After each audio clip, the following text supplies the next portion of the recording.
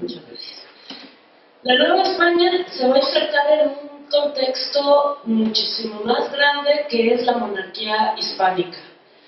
Durante el siglo XVI, con los reinados de los Austrias mayores, que son Carlos, como lo conocemos, Carlos V emperador o Carlos I de España, y Felipe II, su hijo, se va a configurar lo que se conoce como el Imperio Español, que de hecho es en el momento de Carlos I, y ya en el caso de Felipe II, la monarquía confesional, la monarquía católica, que va a dominar justamente en los reinos que estamos viendo.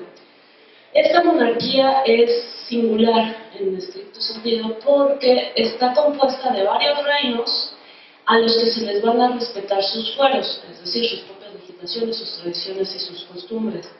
Eso va a permitir una diversidad de instituciones y de tradiciones que se van a mezclar a lo largo y ancho de todo el imperio. En el caso de Nueva España, América, que como pueden ver está hasta el otro extremo, y chiquitito por ahí, porque el mapa salió de una clase que es sobre la historia de España, entonces lo que más importa es la península hispánica, aunque no se relaciona con el tamaño. El punto es que los territorios americanos se van a adscribir a la hora de la conquista a la corona de Castilla. ¿Qué quiere decir? Si ven en el mapa, la corona de Castilla es justamente lo que es el centro de la península y está diferenciada en foros y costumbres con la corona de Aragón, que implica los reinos de Aragón, Valencia, el Principado de Cataluña, el reino de Sicilia y el de Nápoles, que no aparece en el mapa por alguna razón. Esto va a ser una cuestión muy interesante porque van a haber instituciones que se van a instaurar en Nueva España, que son netamente castellanas, pero que vienen de un origen aragonés. El virreinato es una de ellas. Si bien en Castilla nunca existió como tal un virrey, sino existieron gobernadores, sí lo existieron en la corona aragonesa y en la napolitana. Esa imagen, pero con los fueros de Castilla, es lo que se va a llevar justamente a la Nueva España. La siguiente imagen, por favor. Disculparán la imagen, pero es lo más cercano que tengo a una provincia de la Nueva España, que sí se marque en un inicio qué es lo que entendemos por provincia de la Nueva España. Porque estamos acostumbrados al reino, o sea, entender el reino de la Nueva España como todo lo que hoy en día es la República Mexicana, y no es exactamente eso geográficamente. El reino de la Nueva España, adscrito entonces a la corona de Castilla, va a tener las leyes de Castilla, sus instituciones, pero también se van a preservar los locales, porque al ser un reino de conquista se va a respetar, o por ser considerado reino, se va a respetar las propiedades y las formas locales que existían en aquellos que ya ahora van a ser sus nuevos vasallos, entiéndase los pueblos indígenas de México. Pero sobre todo van a estar gobernados en términos novohispanos en lo que es la zona central de México. Lo que es Yucatán, Guatemala y en la zona norte van a ser otro tipo de gobernaturas y otras provincias, porque al ser un reino tan lejano, se ideó una forma de controlar y limitar el poder de todas las instituciones y por justamente empalmar jurisdicciones y facultades. Lo que vemos ahí marcado, y por eso el mapa está viejo, es justamente lo que es la jurisdicción política de la Nueva España. Si vemos la jurisdicción militar, va a haber una variante geográfica, también la eclesiástica, no es lo mismo la provincia del Espíritu Santo que las demás provincias. A eso le sumamos, por ejemplo, la jurisdicción de las audiencias es distinta, la audiencia de Guadalajara tiene una determinación distinta, la de Filipinas otra, y el virrey va a jugar distintos cargos con respecto a estas otras jurisdicciones. La siguiente, por favor. En estricto sentido, yo podría justamente hablarles de lo que es el virrey. Institucionalmente, eso es un virrey.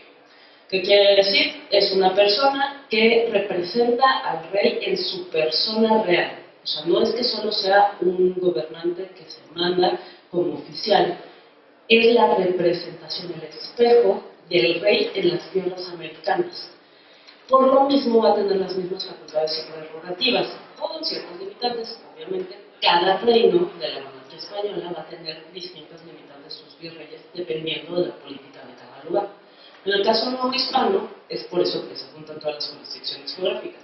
Si se fijan, tiene jurisdicción administrativa, política, de justicia, militar y eclesiástica. Están aquí abajo. Gobierno, justicia militar, hacienda y eclesiástica.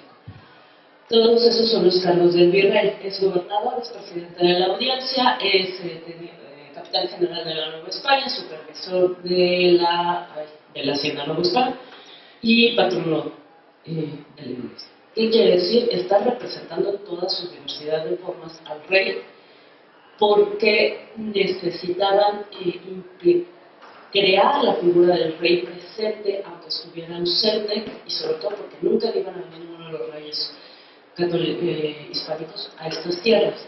De esta manera se crea todo un aparato simbólico alrededor de la figura del virrey.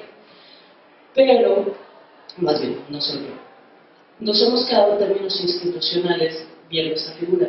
Si nos vamos a los acontecimientos, lo que vamos a ver es que esto es todavía más complicado en los hechos actuales, en la vida cotidiana, porque a esto hay que insertarle que este virrey es una persona que pertenece a un estamento determinado, que es la nobleza hispánica, y que va a tener ciertos intereses.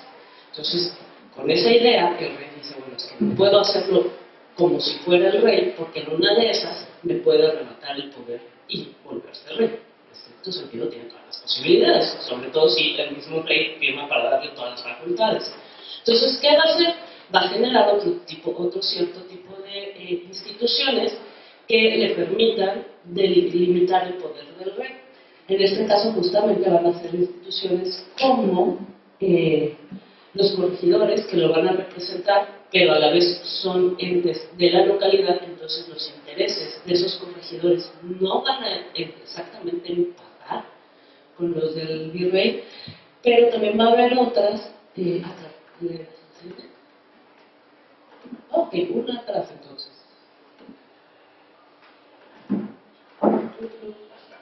No, se me perdió, no sé dónde quedó. Qué triste.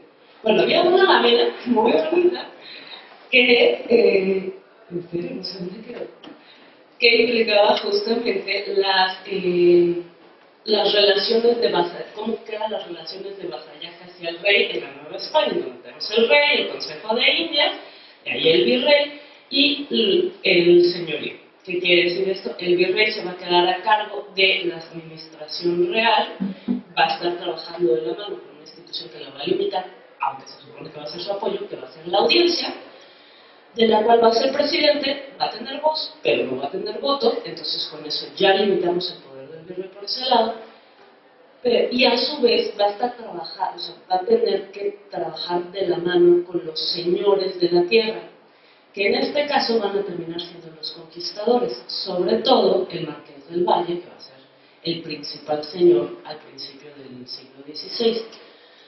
Porque esa es la otra, en Nueva España, se me olvidó contarme un poco.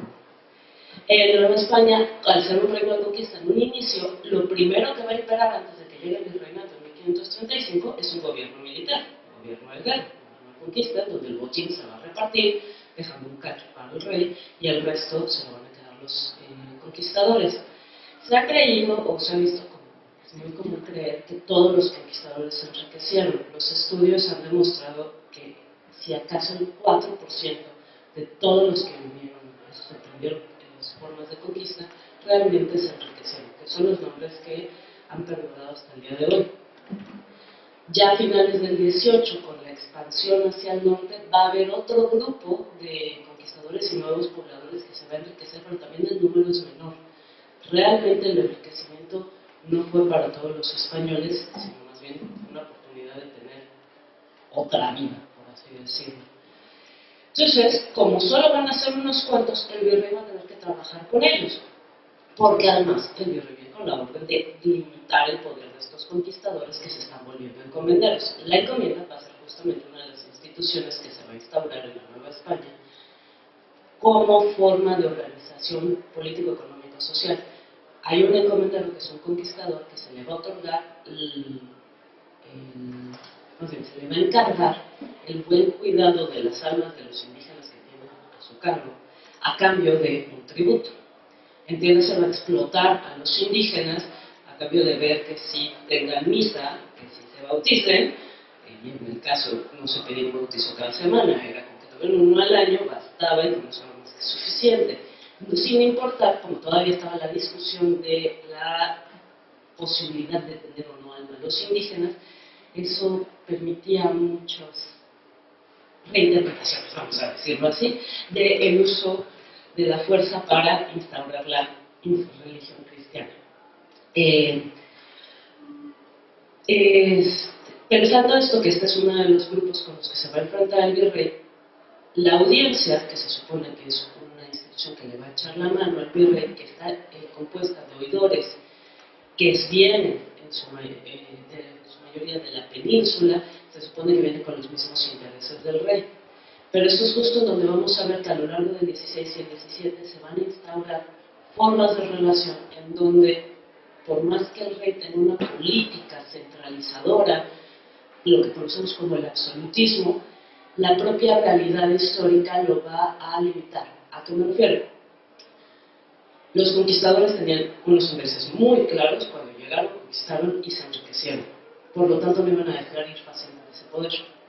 Cuando llega la audiencia e intenta limitarlos, los conquistadores se oponen y son más fuertes. De ahí que se instaura una figura como el virrey, hacer que el rey esté presente.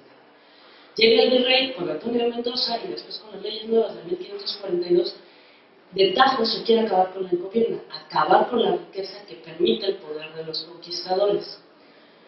No reaccionan favorablemente y entonces estos lo que hacen es, primero, un enfrentamiento directo que falla, que es en 1545 aproximadamente, y para 1566, si no me falla, que es la conspiración de Ávila Cortés, que no le encuentro dónde está, es la siguiente, digamos, enfrentamiento militar, por así decirlo, entre el virrey y los conquistadores. Terminamos rápidamente la conspiración, se descubre rápido, Martín Cortés, hijo bastardo, termina en la cárcel, Martín Cortés, hijo legítimo de Hernán Cortés, termina en España teniendo que justificar sus acciones, y los hermanos Ávila terminan sin cabeza. Simple, rápido, sin tener que problematizar más allá. Como no funcionaron las rebeliones, lo que hicieron justamente elementos de como conquistadores, como nuevos pobladores que buscaban no perder su poder, como ven que no pueden luchar de esa forma contra el rey, buscan otras formas, y las mejores es insertarse dentro de la estructura de administración y económica de la Nueva España y apoyar de esta forma esas instituciones que están intentando instaurar los reyes católicos, los reyes austriacos. Una lástima, en serio, que no está en la lámina, porque ahí vendría. Vamos adelante. No tendría por qué, pero ¿por qué no son las siguientes? A ver, inténtale. No. Bueno, regrésate a Hacienda. Una de las formas va a ser justamente a través del aparato económico que se van a meter en esas instituciones. ¿Por qué? Porque las principales en las que van a entrar políticamente va a ser el cabildo. El cabildo, que es justamente el órgano de gobierno, administración y justicia de una ciudad, en términos locales, les va a permitir poder tener mayores elementos con los cuales enriquecerse, o sea, políticas más favorables, leyes más a su favor, hacerse de la vista gorda con ciertos contrabandos, ese tipo de cosas. Pero realmente va a ser el aparato económico, las fuentes económicas, las que les van a dar la posibilidad no solo de mayor poder político, sino también de un ascenso social. La hacienda novohispana es lo que se conoce como la unidad de producción primordial de la Nueva España. Sin embargo, no es la hacienda como estamos acostumbrados a grandes extensiones de tierra de un solo cultivo. La Nueva España fue un poquito distinta. Como el mercado no era mucho los primeros 70 años, la hacienda se desarrolló como una producción múltiple, que quiero decir, no solo diversos cultivos, sino también había producción de muchas otras cosas como miel, tintes, maderas, carbón, etcétera, etcétera. ¿Por qué? Porque al ser un reino de conquista y al respetar las costumbres de los locales, los indígenas se configuraron en una república de indios con su propio cabildo y con su propia forma de comercio y de autoabastecimiento. ¿Qué quiere decir?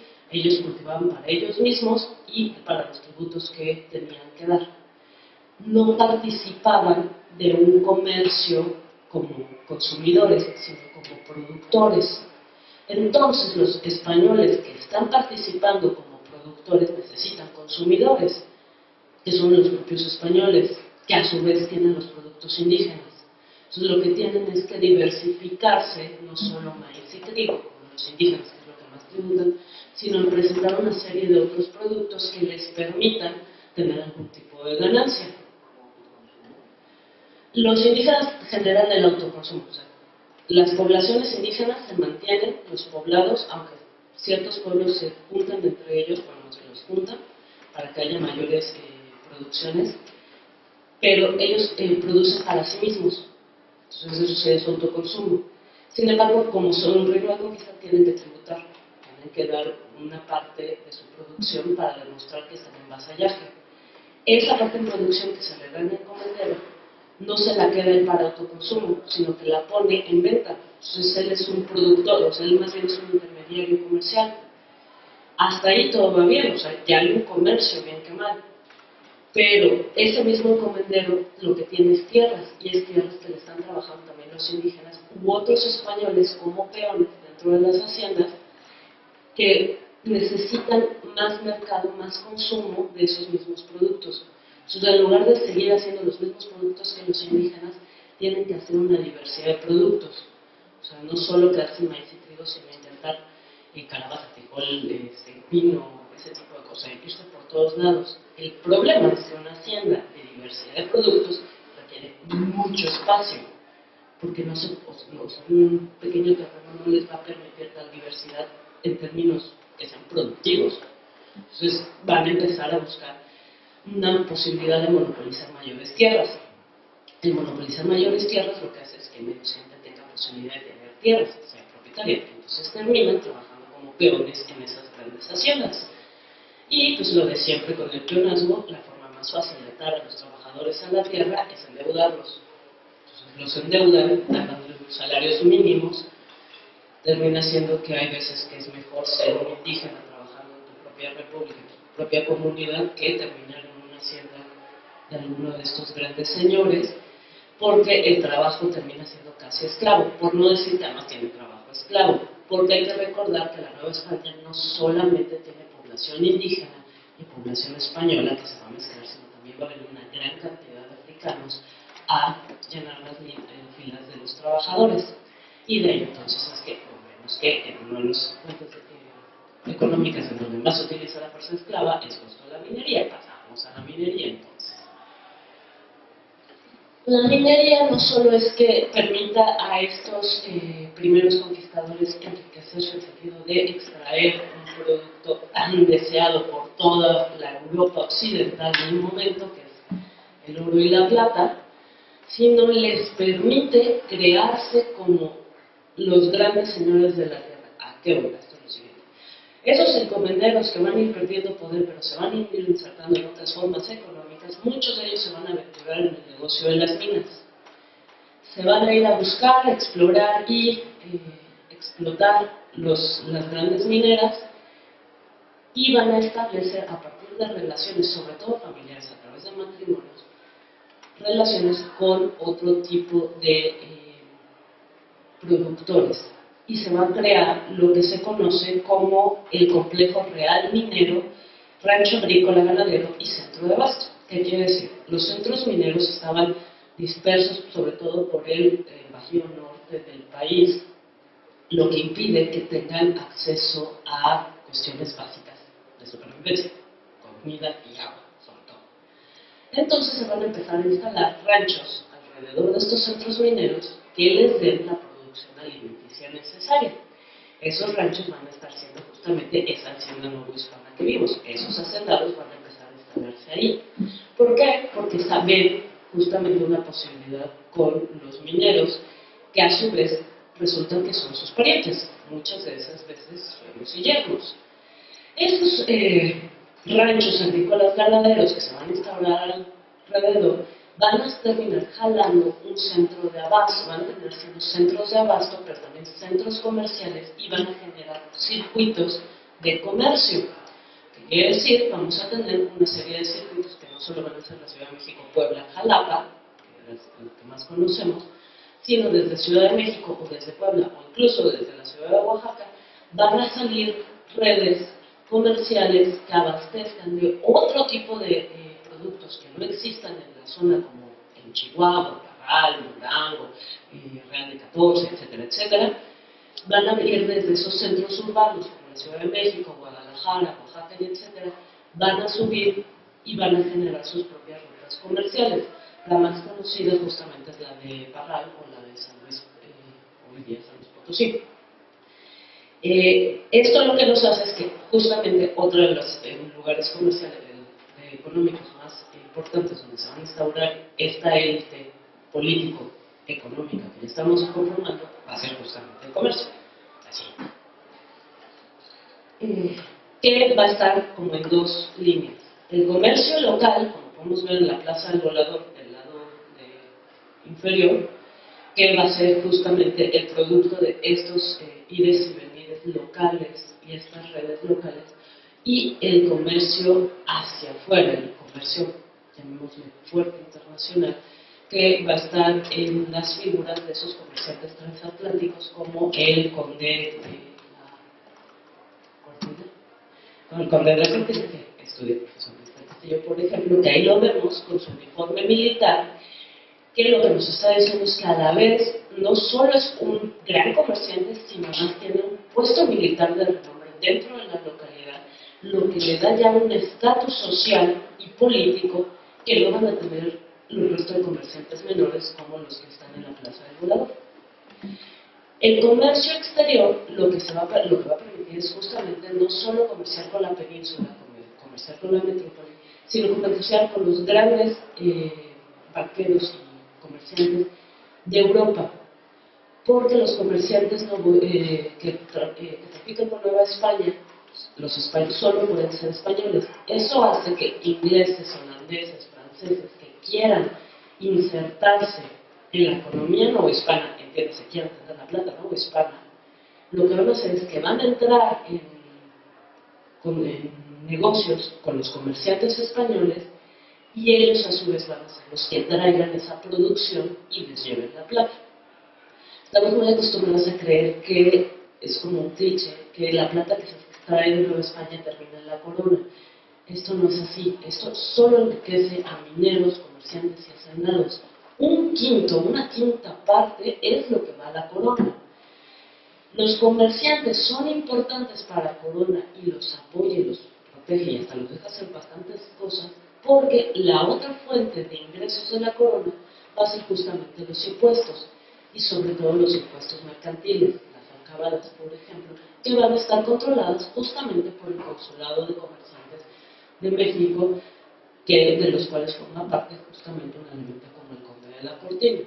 Entonces vamos a tener a esa élite novohispana, que fue fundada por esos conquistadores vendidos a menos, van a terminar siendo grandes personajes, no solo, o unidos familiarmente o económicamente a esos grandes personajes, como el Conde de la Cortina, que están en negociaciones y están en tratos y en redes con las principales casas de Europa. Entonces vamos viendo cómo se va creando esta red, todavía ahora ya transatlántica. Y bueno, por último, la siguiente, ya vamos para acabar con la parte económica, por más que siempre intenten ir hacia la política. Las otras dos regiones económicas son justamente el trabajo indígena, que es un trabajo muchas veces esclavizado. En este caso, lo que estamos viendo es una lámina de tributos de principios del siglo XVI de un poblado que se llama Tepetlatzcochtepec, cuyo comendador es Espinosa, es este que vemos de este lado, y bueno, vemos los buenos tratos de su primer año de recolección de tributo que le está dando a los indígenas por 600 monedas, estas no son monedas, son 600 espejuelos de oro, lo que tienen que tributar, lo que dice trigo y maíz. ¿Qué quiere decir? Estos encomenderos, que además de ser hacendados, tienen esta otra fuente, va a ser parte de lo que van a justamente poder comerciar y llevarnos a las redes comerciales más amplias que son las transatlánticas, porque no son pequeños agricultores, estamos hablando de personas que tienen una cantidad de producción brutal sin haber vendido. El trabajo indígena justamente además se dividía no solo en lo que se tributa, sino también en los servicios personales, en una forma de tributo, y los servicios personales básicamente lo que implica es trabajo gratuito. Entonces no solo es a la corona, también es al encomendero, lo cual se aprovecha de él para poder mejorar o expandir sus formas comerciales. De ahí que muchos indígenas terminen trabajando en minas, porque bien que mal terminan siendo hombres libres en ese sentido, o mujeres libres. Y la última, que van a hacer que estamos acostumbrados a que se supone que en Nueva España no había una producción propia de manufacturas porque estaba prohibida por la corona, pero se ha demostrado justamente que por los intereses locales de estos comerciantes conquistadores, primeros pobladores, no lo que venía de comercio de España, al ser más caro, producía que se generaran nuevas formas de manufacturas novohispanas y que no solo fueran las indígenas, los obrajes son justamente producto de eso. Los obrajes solamente van a trabajar sobre todo lana y a veces algodón, sobre todo van a ser en centros urbanos, Puebla va a ser nuestro mayor producto, pero la parte, digamos, singular de Nueva España, a diferencia de la península hispánica, es que los obrajes novohispanos sobre todo van a trabajar delincuentes. Aquí es donde se van a pagar las penas, porque es un trabajo que ni a los esclavos dejaban hacer, de lo pesado que era. Los productos que se producían eran bastante rudos, eran solamente mantas y paños en sus primeros momentos, y era sobre todo para llenar el mercado pobre, ya que los comerciantes iban a llenar el mercado de los ricos con las telas venidas de afuera de España, Flandes o Francia, o con la expansión comercial, con el galeón de Manila y la nao de China, llegan las seda y las especies del otro lado, porque aún así se prohibió la producción de seda en Nueva España. Por último, y a modo de conclusión, estamos acostumbrados a que la sociedad novohispana o son instituciones o son estas castas, esta división. Por lo que he querido ir explicando es la economía y la política en la realidad histórica estuvo constituida por las relaciones personales, por los intereses de grupos que no son esos. La sociedad novohispana no está dividida biológicamente así. Es una sociedad que está en constante cambio, que se está construyendo a sí misma, que es mestiza en ese sentido, porque mestiza en el sentido de va a amalgamar un montón de instituciones, no solo americanas, no solo castellanas, también aragonesas como el virreinato. Esto es un producto del siglo XVIII que quiere llevar a sus últimas consecuencias esta fascinación por describir y comprenderlo todo hasta el último detalle con la razón por sobre todas las cosas. La realidad siempre es más compleja que esos elementos únicos y sencillos. Y eso es la sociedad novohispana. Eso es la artista de la Plaza Mayor de México.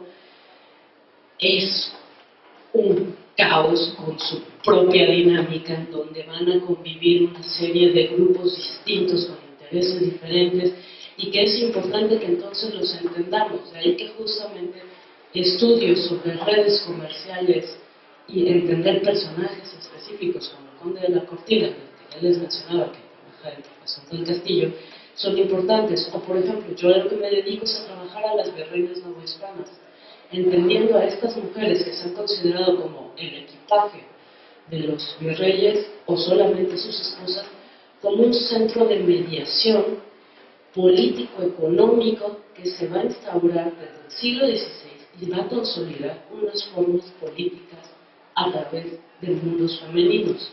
Y eso no se había visto porque habíamos creído que el virreinato solamente era el virrey y la audiencia. las virreinas están todo el tiempo con las oidoras, o sea, las esposas de los oidores, pero además también se van de comida con los oidores. Y créanme, no es igual que hoy día. Se habla de algo más que del clima a la hora de comer. Se habla de política, se habla de economía, se hacen negociaciones entre ellos. De hecho, lo que podemos ver en justamente esta pintura de Villalpando es parte del cortejo del virrey y de la virreina, cómo van viajando y se van dando en este aparato simbólico que además lo dotó el rey. Tanto el virrey es el alter ego del rey como la virreina lo va a ser de la reina, y juntos van a conformar la monarquía que va a cuidar de todo este caos.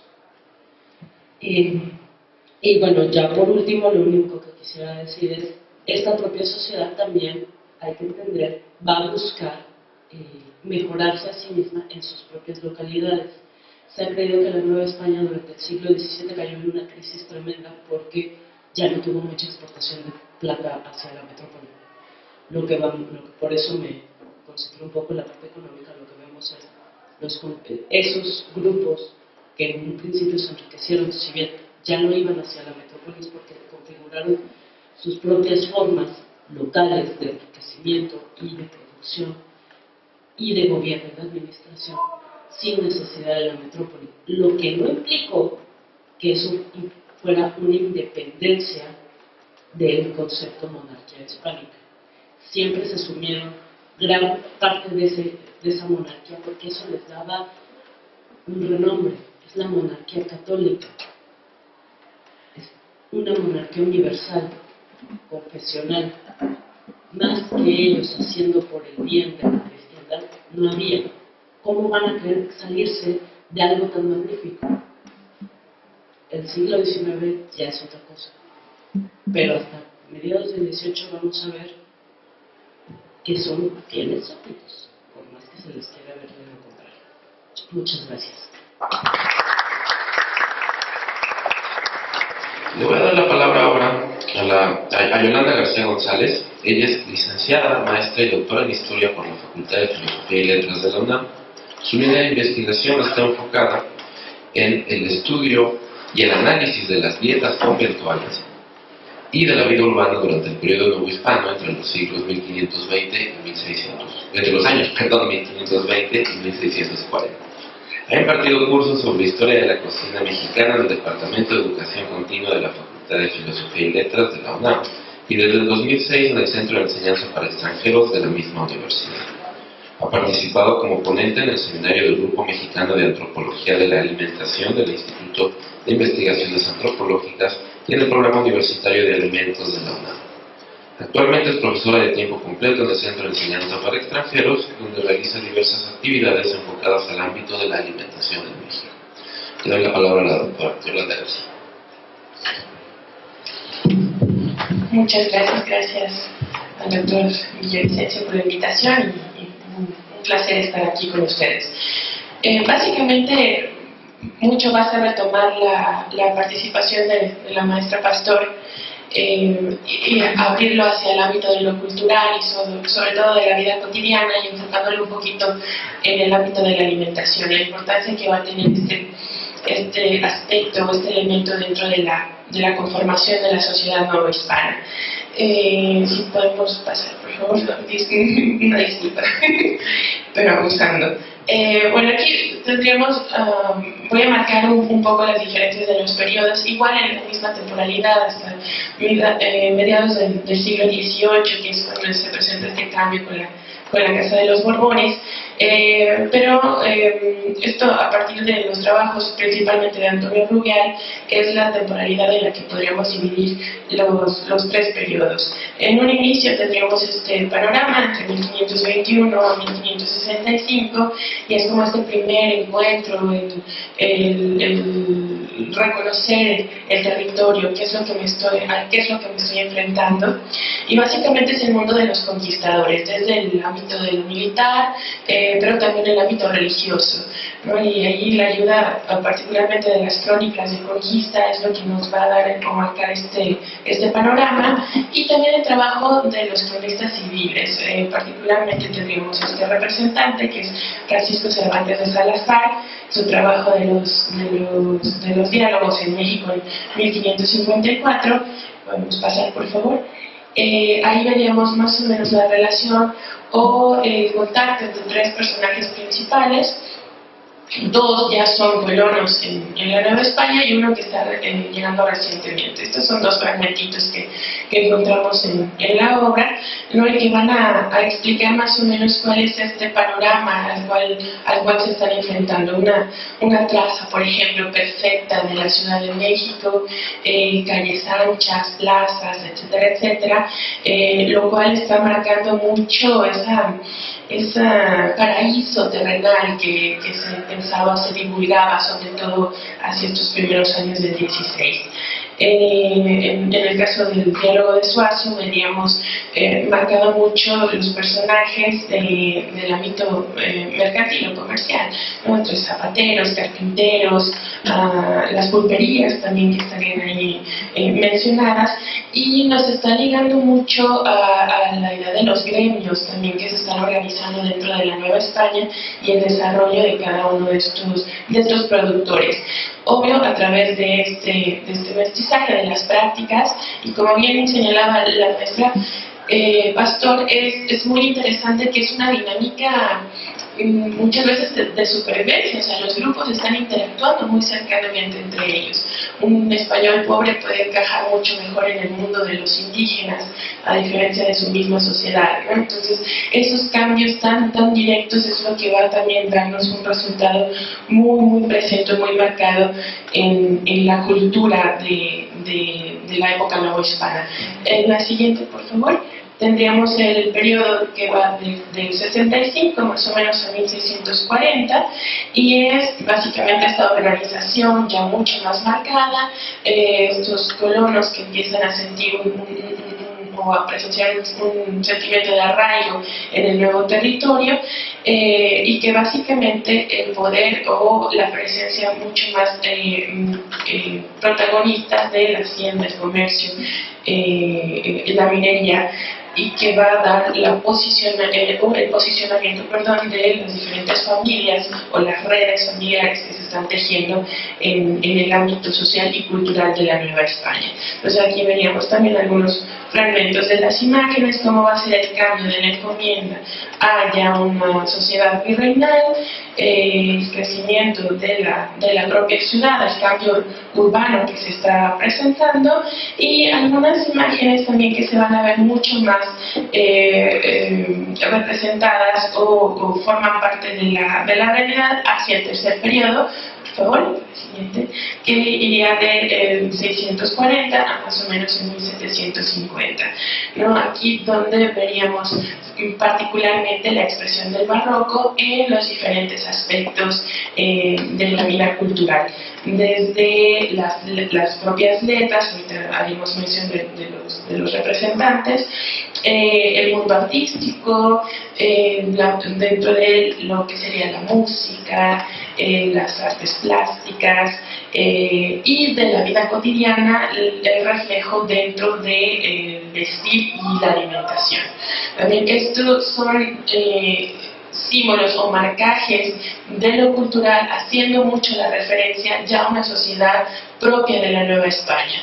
Ya no dependo de la monarquía peninsular, sino que estoy conformando mis propios gustos, costumbres, necesidades, y que se va a ver muy bien reflejado en las prácticas de lo cotidiano en su gran mayoría.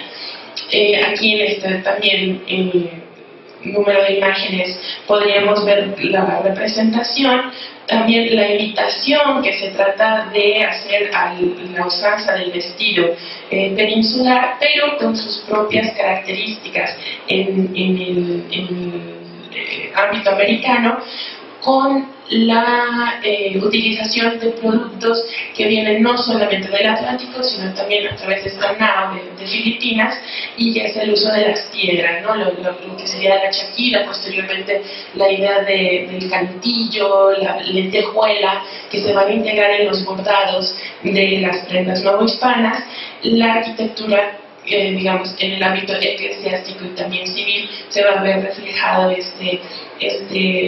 utilización de la mano de obra indígena, por lo tanto su expresión también se ve reflejada en el uso de animales, plantas, flores, fauna de lo local. ¿Sí? Y hacia el otro extremo, pues, veríamos el reflejo de lo musical, también ese mestizaje muy propio, donde la raíz africana tiene mucho peso, con la incorporación de instrumentos, pero también el contrarritmo, que es algo muy particular de este grupo, y en la alimentación. Haciendo alusión a la alimentación, en donde nos centraremos un poquito más en esta plática, veríamos esta relación. Un poco polémico este tema, ciertamente, y que hasta ahorita, pues digamos, se ha tratado de poner en claro el papel de cada uno de estos espacios, tanto el personaje de Sor Juana y el convento de San Jerónimo. Es su hábitat, ahí es donde ella está ubicada, y se puede considerar que es un encargo el recuperar las recetas que están formando parte del acervo culinario del convento de San Jerónimo. No es que ella las haya realizado expresamente, sino más bien es la encargada de conservar el papel, puño y letra. ¿Por qué? Porque en la práctica de lo cotidiano, principalmente en el ámbito de la alimentación, mucho es a través de la oralidad. Entonces yo estoy pasando o dando mis recetas o consejos de cocina de madre a hija, o de abuela a nieta, ¿sí? Esa es la forma de conservar la práctica de lo culinario. Entonces, en parte de esta necesidad, por mucho ligado también al comercio, porque parte de la vida activa del convento femenino es la venta de productos de comida, tanto dulces en su gran mayoría, pero también de platillos salados, el adobo, por ejemplo, pescados, carnes, etcétera, que forman parte de un ingreso para la comunidad. Es, digamos, que llevar en la batuta o formar parte de esta competencia que se está llevando entre los diferentes conventos, el tener un libro ya o un registro documentado de las recetas o tradiciones que se llevaban en el convento. Dentro de este rescate de recetas encontraríamos dos de los más apreciados por la sociedad novohispana, y que tienen, ahorita veremos un antecedente de la época de la España moderna, que sería la parte de arriba el manchamanteles, que sí, yo creo que si desconstruimos, que está muy de moda ahorita en la cocina, la deconstrucción del plato, ¿no? Sacar cada uno de sus ingredientes, nos podría hablar mucho de la sociedad novohispana, qué es lo que está brindando cada uno de estos grupos que están confluyendo en un mismo espacio a un platillo en particular, ¿no? La técnica del salseo prácticamente de la cocina europea, los productos locales, el chile, el uso de la semilla de calabaza, el cacahuate, etcétera, etcétera, o la especiería, que va a empezar también a entrar con mayor facilidad a través de la ruta del Pacífico. Y en la parte baja veremos una fotografía más o menos de la idea de un ante, o un bizcocho, como llamaríamos, ¿no? El mamón, que también es esta base de pan que puede absorber los líquidos y que está construido de diferentes capas de pan, natillas y embebido. Entonces esa es una de las constantes que nos iríamos presentando. Sí, da hambre, lamento por la hora, pero sí, suele suceder. Sí, con este tema en particular, ciertamente. La siguiente, por favor. Algo también que va a reflejarse mucho en la cultura que es inmediata es el trabajo del biombo. El biombo es una herencia japonesa que también se recupera a través de la ruta del Pacífico y que empieza a utilizarse aquí en la sociedad novohispana para enmarcar esta serie de escenas sobre todo al aire libre, en los parques, en las plazas, en la Alameda, ¿no? Que son los lugares de reunión. Ahí es el encuentro a través, por ejemplo, de una fuente alrededor de todo lo que está sucediendo en estas casas de la ciudad, o en los lugares de diversión, de esparcimiento, ¿no? Diríamos los días de campo, San Ani, Tlalpan, San Agustín de las Cuevas. Entonces todo está otro mundo alterno al caos aparente que se está viviendo en el territorio de la Plaza Mayor. En la siguiente, por favor, también veríamos otro biombo. Exactamente, es esta corrida de toros que era muy utilizada a la llegada de los virreyes, festejo que se tenía que empezar desde que desembarcaban en Veracruz, y toda esta ruta siguiendo a la Ciudad de México, pasando por la Basílica o el centro de reunión para la Virgen de Guadalupe, y entrar posteriormente hacia la Ciudad de México. Este es un biombo en las cercanías de Chapultepec, la casa de descanso, y es la festividad más bien representada en el ámbito de lo cotidiano, ¿no? Hay algunas parejillas que veríamos del extremo derecho, el novio coqueteando con la vihuela y tratando de conquistar a la dama, algunos conflictos o mesas de picnic que diríamos, ¿no? Para estos entremeses que se iban a servir en los paseos, y en el centro lo que sería pues ya más la idea del toro. Es algo que aparece reflejado mucho en actas de cabildo, ¿no? En los gastos que se tienen que realizar para llevar a cabo estos festejos, los paños de terciopelo que se deben comprar, el gasto para las corridas de toros, y había algo un poco salvaje, podríamos caracterizar ahorita en nuestra época, que es el poner pólvora en los toros, prenderla y que comenzaran a dar vueltas. Eso era una diversión para la sociedad de la época novohispana. Después, posteriormente, ya también con la influencia asiática, se cambia el castillo, que todavía en muchas fiestas tradicionales de pueblos o barrios en México se sigue utilizando, ya sin dañar tan fuertemente al animal. La próxima, por favor.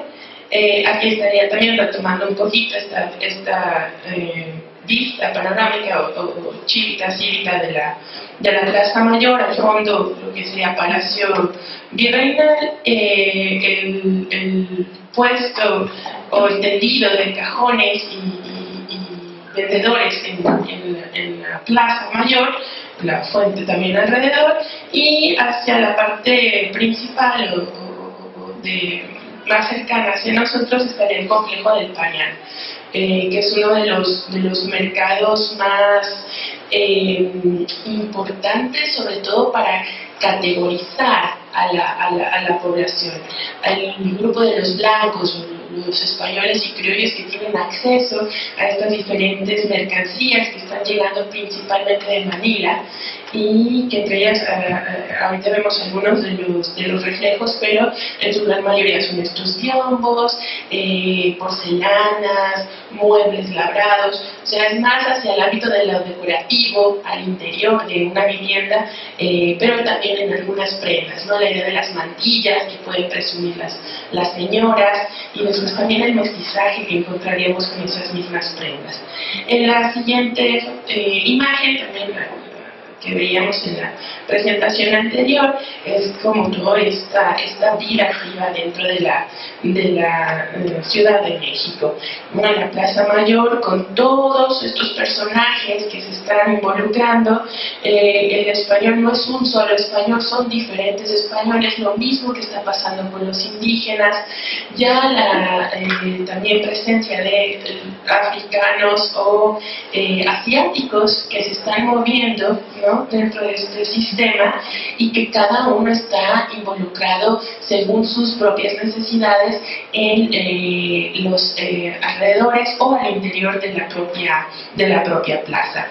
Esta imagen nos puede remitir, así un poquito más en forma, favor, a lo que sería la idea de la alimentación en la Ciudad de México, principalmente novohispana. El abasto, también como mencionaba la maestra, está dividido entre lo local y lo transoceánico.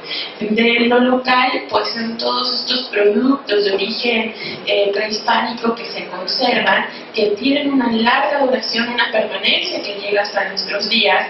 Nuestra dieta, la dieta de los mexicanos, está compuesta por básicamente maíz, frijol y chile en diferentes presentaciones, pero sigue siendo una permanencia bastante fuerte que nos sigue dando un marcaje de identidad.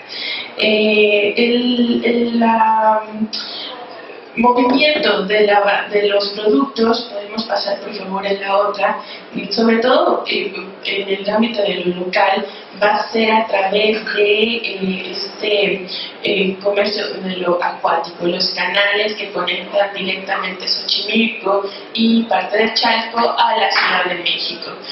La entrada por la acequia real, que sería actualmente la calle de Corregidora, donde estaría este descargo de los productos básicos, legumbres, hortalizas, productos chilanteros, que se están todavía produciendo en esta parte, porque en la Ciudad de México es complicado, no tengo el espacio de una huerta a gran tamaño, gran dimensión, por lo tanto se sigue utilizando estos puntos desde la época prehispánica que sirven como abasto a la Gran Tenochtitlán, pero que se va a modificar un poco por la introducción particularmente de la hortaliza.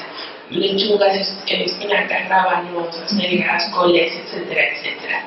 Y por favor, el siguiente, en el ámbito de lo transoceánico, estas dos grandes rutas comerciales que van a tener tanto el Atlántico como el Pacífico y que va a proveer sobre todo al mundo del español o del blanco, como también podríamos encontrar una gran cantidad de productos que siguen marcándolos a ellos como el grupo privilegiado en la sociedad novohispana. Entonces aquí el contacto entre nuestro actual territorio, México, las dos entradas principales, que sería Veracruz y Acapulco, y todo también el diverso complejo que nos llevaríamos entre el Caribe, que es un intermediario en el Atlántico, y por el Pacífico una pequeña ruta que existía también de expansión hacia Perú, pero que se tiene que controlar por orden de la corona. Entonces digamos que la Nueva España es quien va a acaparar toda esta mercadería que está llegando no solo de Filipinas, sino de sur de China, parte de la India y Japón. El reparto, por favor la siguiente, el reparto de los productos, también como mencionaba la maestra, estas redes comerciales que se van a marcar a lo largo del territorio ya consolidado mucho a través de la minería, ciertamente, es el trabajo del arriero. El arriero es quien se va a encargar de distribuir estos productos que llegan a los puertos y que va a tener acceso a estos grupos ya asentados en los pueblos mineros o en las haciendas o ranchos que tienen la dificultad de tener acceso mucho más facilitado en las ciudades grandes. De los productos exclusivos que podríamos encontrar en el comercio o en el abasto de la Nueva España, podemos pasar por favor, existe dentro de las actas de Cabildo un grupo que se llama Mercaderías de Castilla y que son productos exclusivos que están llegando directamente de España a comerciarse en la plaza de la Ciudad de México. Entrarían en el mercado de Parián, que es este que mencionamos con más exclusividad, y aquí lo que resaltaría sería el envío de conservas en salmuera, la gran mayoría aceituna, que es lo que más aparece, alcaparra, algunos pescados, anchoa entre ellos, fruta deshidratada, lo que ahora seguiremos llamando orejones, ¿no? Que es el chabacano, pera, manzana, etcétera, etcétera, y la especiería. Entre las especies más consumidas y que estarían englobadas en estas actas aparece la canela, pimienta, clavo, coriandro, que es la semilla del cilantro, comino. Eso es lo que va a ir formando mucho la base de la alimentación, tanto de herencia hispana, pero ya mestiza aquí en el territorio. Los otros productos, por favor, serían tanto quesos como embutidos, vino y aceite también, que está llegando directamente desde la península. Son productos que todavía no tienen un arraigo tan fuerte en los primeros años en la Nueva España, y es por eso que se tienen que seguir mandando y marcar este estatus. Y del lado del Pacífico recibiríamos principalmente, gracias a lo que sería esta producción, la idea del consumo de coco, tamarindo, mango y arroz en gran mayoría. Dos variedades, que sería el arroz corto y el arroz largo, japónico e índico, y que aquí también se van a mestizar, creando un híbrido que ahora tiene denominación de origen, que es el arroz Morelos, que nosotros podemos producir en el territorio del sur de este estado. Y el intercambio, lo que va de la Nueva España hacia estos puntos, estaría, bueno, la idea de la plata, pero principalmente dos productos importantes. Uno que es la grana cochinilla, para el tinte de las fibras, la lana principalmente en Europa, y el enequén, con el cual puedo obtener las fibras, los tejidos más resistentes, y que empieza también a utilizarse tanto en el mundo de Europa Occidental como en las islas asiáticas. De los alimentos, principalmente los tres primeros, guajolote, cacao y chile, son los que tienen mayor aceptación por las sociedades europeas, y no pasaría lo mismo con los tres finales, que es tomate, maíz y calabaza. Tienen diferentes historias, ¿no? El tomate, por parecer a la manzana, que es la fruta prohibida, esta tentación al ver el rojo tan exuberante y delicioso que podía provocar placeres. Entonces, más que consumo, son plantas de ornato. Se cultivan en los jardines, están en exhibición, puedes tú hacer un recorrido, pero no los puedes comer.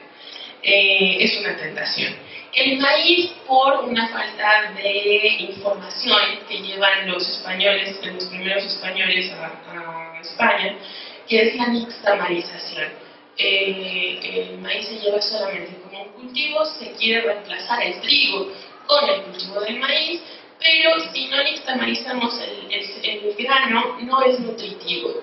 Entonces mucha gente muere por falta de vitamina D, que es la pelagra, esta enfermedad que va a ir deteriorando nuestro sistema inmune, y empieza a crear una mala fama al maíz. Por eso es que muchas culturas europeas y norte de África es un alimento para el animal, es un forraje. Entonces, desgraciadamente, esa mala información, la receta secreta, se olvidó transmitirla, y fue lo que no causó un impacto positivo. Y la calabaza se mezcla con otros productos parecidos de la huerta española, porque pertenece a una familia muy amplia, que son las curcubitáceas. Y en ella estarían los pepinos, melones, ¿no? estos frutos de tamaño, de volumen, con pulpa y semilla. Entonces, es algo que está, entonces no es tan relevante, pero sí aparece en algunos documentos muy tempranos. Este intercambio, este acercamiento que vamos a presentarnos, nos va a llevar aquí en el territorio de la Nueva España a la idea del mestizaje. Entonces, lo que llega con el español se va a empezar a fusionar con lo propio de la localidad. Y en este aspecto veríamos, por favor, lo que son los 4 elementos básicos del México prehispánico: maíz, frijol, chile y calabaza, que forman esta pues más que matrimonio, es como una relación perfecta, el uno depende del otro, es un apoyo incondicional que se están dando en la transmisión de minerales, de vitaminas, y todo es gracias a este espacio particular que es la milpa.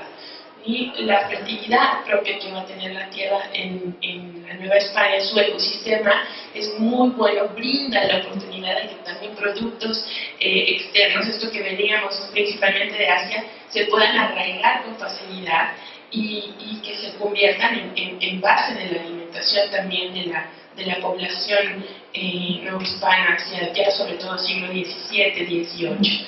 Y el otro espacio que mencionábamos hace ratito, que es la chinampa.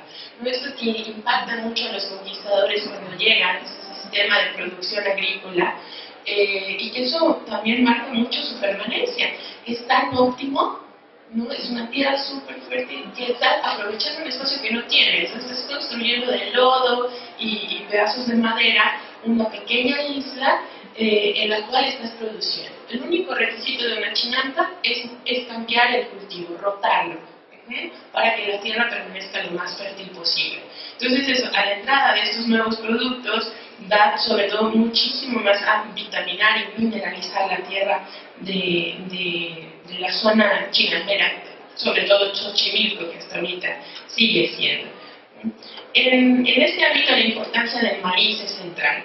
Desde la época prehispánica tendríamos esta figura, Centeotl, que es uno de los dioses cercanos a la producción del maíz, Centri, que lo podríamos traducir como origen de vida. Somos hijos del maíz. Seguimos conservando mucho ese apelativo, y desde la época prehispánica su uso en diferentes sectores. Tributario, la enseñanza de las mujeres tempranísima edad, 4 días de nacidas, ya estabas tú señalada como tenías que ser el corazón del hogar a través del trabajo en la cocina, ¿no? El fuego, el anafre que debe estar encendido siempre, y tú eres quien va a cocinar este abasto para el resto del grupo.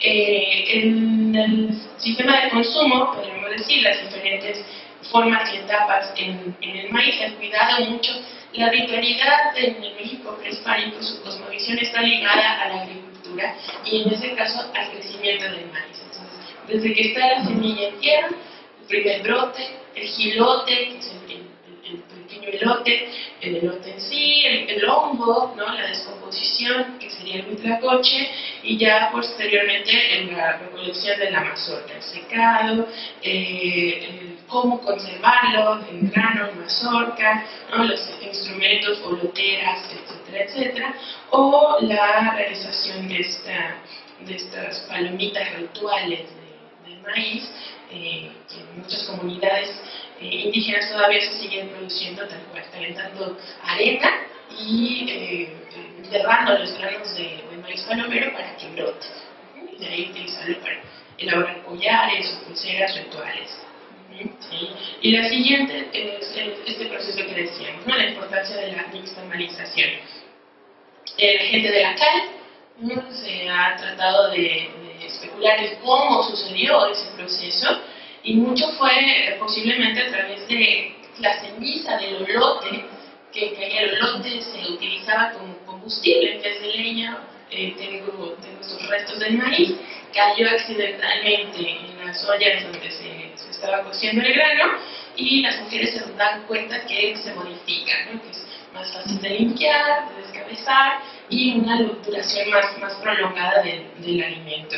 Y se vuelve a repetir ese patrón, muchos experimentar, observar, prueba y error, etcétera, etcétera, a llegar a lo que se va a consolidar la masa nixtamalizada para poder producir, por favor, la tortilla, que es lo más moderno o actual en el México prehispánico. Un profesor me decía, es que es muy nueva porque los mexicas son quienes la ponen de moda. Sí, a diferencia de todo el recorrido que había seguido el consumo del maíz, ciertamente es algo muy, muy contemporáneo. Esto se va a ligar, por favor, la siguiente, con lo que se acostumbra en la España moderna, esta España del Renacimiento, que conserva muchas prácticas de lo medieval. Entonces tengo una base ligada a ollas, pucheros, cocidos, mezclando de todo, ¿no? Legumbres, algunas hortalizas, pedazos de carne, y dejarlo 4 o 5 horas en el fuego hasta que tuviéramos ya todo el alimento preparado. La base de la cocina del español va a ser estos 3 productos principales. El cerdo, que también el cerdo es un elemento de marcaje, de identidad, que me está haciendo diferencia frente al judío o al musulmán.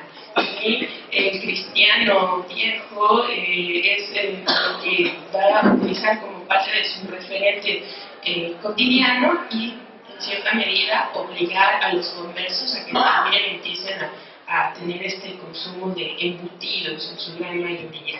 El pan también, que encuentra una clasificación, y esa misma clasificación se daría aquí en la Nueva España: un pan blanco con algunas refinadas, un pan que se catalogaba sucio, que ahora para nosotros sería un pan integral, las cascarillas, el grano entero, sí, lo más saludable, y ahora más caro.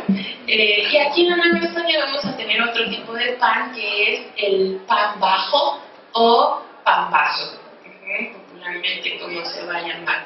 Es un pan exclusivo para mestizos indios mulatos, ¿sí? No pueden ellos tener acceso, porque el pan bajo es un pan con tanta suciedad en las harinas o masas ya trabajadas que no esponja, no leva, ¿no? Por eso se queda bajo, ¿sí? Entonces sería desde lo más corriente que encontraríamos.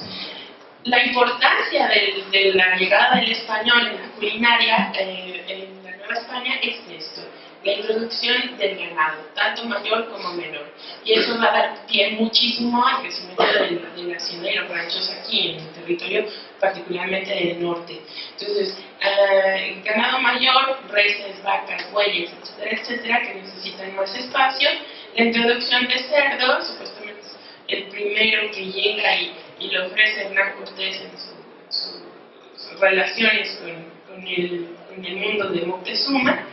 Y la oveja y la cabra, que tienen mayor impacto en el Bajío. Entonces hasta ahorita tendremos mucho esa noción de la utilización de la carne para la birria, por ejemplo, o la leche para las cajetas, ¿no? El dulce de leche. Para un español esto es lo que se debe comer.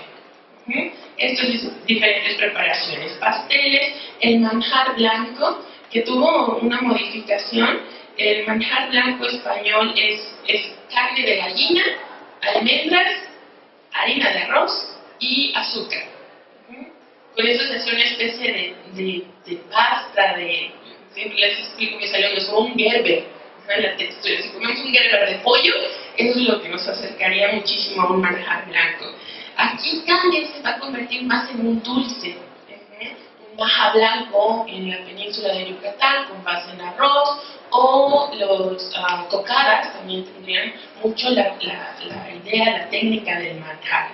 Escabeches, empanadas, aceitunas de rábano y queso como platos de cierre de las banquetes o de las mesas, mazapanes y confites. Entonces aquí en las fotografías veríamos la idea del manjar blanco hacia arriba y abajo la idea de un pastel, que es más bien una empanada.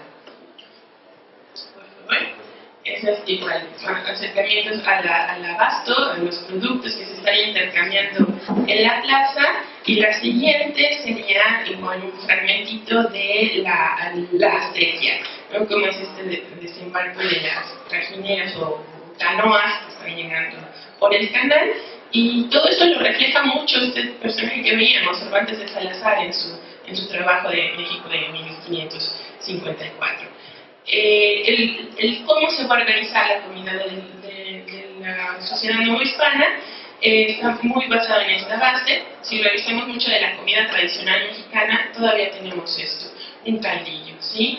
Que es la mezcla de cebolla, ajo y laurel, que es el aporte español, junto con el chile y el tomate, que sería del mundo de lo indígena. El chile y el tomate son muy frecuentes en todos los documentos que nos acercan al ámbito de lo culinario, de la alimentación. Para esta temporada, sobre todo siglo XVI, XVII, no hay muchos libros de cocina que nos digan cuáles son las preparaciones o cuáles son los ingredientes que existen, por lo que tenemos que echar la mano a toda esta documentación cercana. Y en actas, están viendo libros de cuentas de conventos, cartas de migrantes, el chile y el tomate figuran con gran número de menciones, sobre todo el chile ancho es lo que más se puede localizar. Esto se va a mezclar con lo que decíamos hace ratito, la idea de los potajes, que es la comida frecuente del español, ¿no? Habas, garbanzos, etcétera, etcétera, alguna hortaliza, nabos y zanahorias principal, huevo como espesante y saborizantes, canela, jengibre, azúcar y azafrán. Esto poco a poco va a ir fusionándose y nos va a dar estos diferentes resultados, ¿no? Lo que sería la idea de los adobos, el poblano o el chile de tiempo, que sirve tanto para rellenos dulces como salados, y el capeado, ¿no? Tan polémico, sobre todo en los chiles en nogada. ¿Llevan o no capeado? Que todos los años se discute. Y el mole de olla, yo creo que es el híbrido más bonito, también junto con el manchamanteles, que es la aceptación de una nueva forma de comer con el alimento al cual yo estoy acostumbrada. Maíz, ejotes, calabaza, chile, etcétera, etcétera. De ahí tendríamos esta otra creación, que más las leyendas o las historias más emotivas, sobre todo en Puebla, lo verían hacia finales del siglo XVIII ya como un plato famoso, ¿no? El mole poblano de Sor Andrea de la Asunción. Pero es algo que se está también trabajando desde los primeros años, este primer periodo que veíamos, y es algo que reconozco en el otro, ¿no? Es una técnica que se asemeja a mi práctica, y es la idea de una salsa, algo que me ayude a enriquecer o cubrir una carne o vegetales. Entonces, en el México prehispánico tendríamos la presencia del mole y la salsa española, que nos haría una salsa blanca, salsa verde también, que son parte todavía de su culinaria, pero que también esto se va a fusionar con el propio mestizaje de los utensilios. O sea, una cazuela específica para realizar un mole, que debe tener un ancho determinado, una altura determinada, asas grandes, las palas de madera también, que son de gran tamaño. En San Pedro Topan podríamos verlo, ¿no? En la Feria del Mole, cómo todavía es esta práctica. Oaxaca, la región de los 7 moles. Mole o salsa es algo que está muy presente en la culinaria novohispana. La otra raíz también que está muy presente es la influencia árabe. Y del árabe estaría la conserva a través de la grasa y un ácido, un vinagre, que sería el escabeche. Aquí el chile figura bastante temprano para realizar este tipo de preparación, pero lo más rico, ¿no?, es esto, que es el mundo de la dulcería. Vamos a tener esta preparación, que es el guirlache, que es la panqueta para nosotros. Fruto seco cubierto con azúcar, un caramelo de azúcar, turrón, alfajor, alfeñique, que el propio nombre nos remite al mundo árabe, pero yo creo que lo que más constancia tenemos son estas preparaciones, ¿no? Masas fritas, como los buñuelos, pestiños, los mazapanes, la fruta cristalizada, perdón, que estoy de ya lo sé, y ahorita la que viene es peor, tranquila. Esto que sobre todo la fruta cristalizada se vuelve un oficio que enseñan los misioneros al indígena. La alegría, como la conocemos, el dulce del amaranto, es algo que reinterpretan los franciscanos de un dulce que ellos acostumbraban, que era ajonjolí con miel. Como no existe la ajonjolí en la Nueva España, encuentran en el bledo, que es como lo llaman, el amaranto, un símil. Y es que se empiezan a preparar estas palanquetas de amaranto con miel y ahora pues más sofisticadas, ¿no? Frutos secos, azúcar, etcétera, etcétera. Y la próxima es la otra raíz que nos falta mucho por estudiar desde este ámbito, que es la raíz africana, el afromestizaje que se va a vivir en las costas del territorio de la Nueva España y de México en general. Pero lo que más notación sería es el uso de la hoja de plátano como envoltorio. Sabor, textura que va a cambiar, y el mundo del tamal hacia el sur del territorio mexicano que estaría arraigado a esta preparación. ¿Con qué acompaño mis comidas? Bueno, voy a tener desde las aguas de sabor, sobre todo la horchata, que también llega con el mundo del español, y algo que hasta el 19 sigue muy presente, que es la chía. Estos vendedores de chía que van por las calles, nuestros chieros. Tendríamos un fermento que es el tepache, que se cataloga como la cerveza, una de las cervezas novohispanas, cáscara de piña con especias y azúcar, y lo que digamos más éxito tendría es el destilado, ¿no? También gracias al alambique que trae el español, se empieza a utilizar el agave propio del territorio mexicano.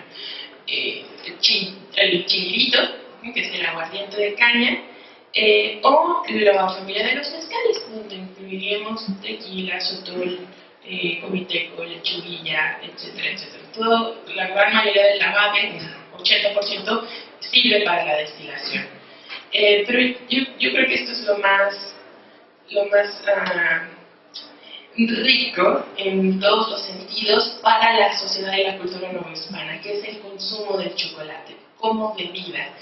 Hacia la primera mitad del siglo XVII es algo que se debe tomar casi obligatoriamente. Es una adicción a través del chocolate. Se menciona entre 8 y 10 tazas o jícaras de chocolate al día, ¿no? Cualquier enfermedad era remediada con el chocolate.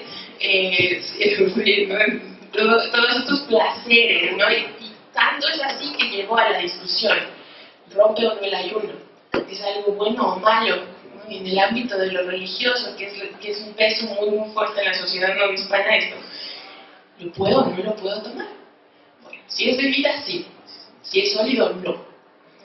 Por eso es que no acostumbramos tanto las barras o los bombones de chocolate en la Nueva España, porque si es bebida, tengo ese permiso o esa autorización para poder consumirlo.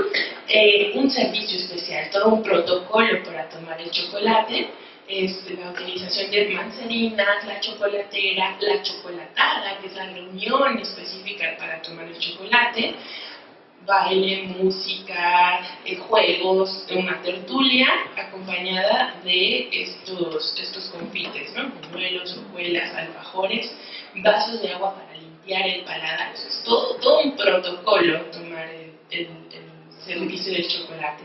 Y eso se daría un poquito a través también de estas imágenes, ¿no? Lo que mencionaba la maestra Pastor, las casas de la Nueva España. No es que realmente exista esa jerarquización, sino es este intercambio, esta fusión de grupos, y que en parte práctica también es un documento, es una fuente que nos permite observar algunas de las prácticas de la vida cotidiana, ¿no? Cómo se está viviendo desde oficios, zapateros, talabarteros. Aquí la realización de la venta de buñuelos o churros, ¿no? Que está muy bien señalada. La mayor angustia del Borbón, que es el negro, ¿no? La agresividad, el salvajismo del negro. Entonces vemos aquí a la negra atacando al blanco, por celos, ¿no? Aparentemente, ¿no? Pero el fondo nos sirve perfecto porque es un templo de una cocina. Entonces nos va a brindar también mucho este mundo. En sí, la vida cotidiana es uno de los elementos que nos permite reconocer también cómo se está conformando el mundo de la sociedad novohispana. Es interesante ver cómo las prácticas que realizamos día con día nos hablan de las herencias, las costumbres, las permanencias o la desaparición de algunas de las prácticas anteriores al dominio de un grupo específico. Entonces, eso sería más o menos un panorama de